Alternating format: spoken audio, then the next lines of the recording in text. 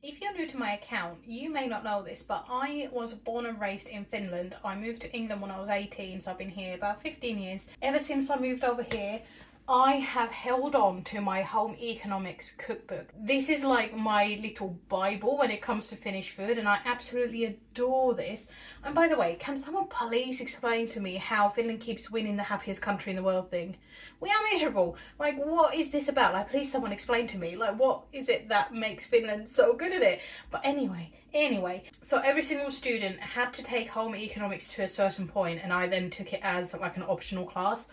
I just love cooking and baking. My mum had me involved in the kitchen from quite a young age, and I have taken that with me as I've moved countries, and it's really fun. And I just stumbled on this book when I was cleaning, and it made me realise that I really don't cook a lot of food from home.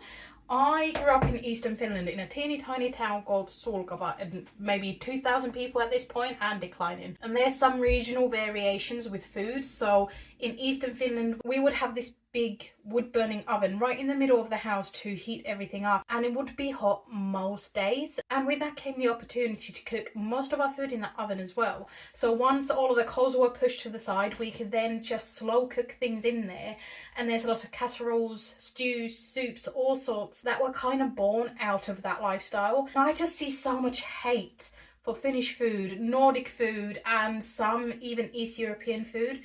But people just don't seem to understand that all of these foods are traditional, and they were born from the time where not everything was accessible. Like, we didn't have chilies and fancy tropical fruit and everything to cook with.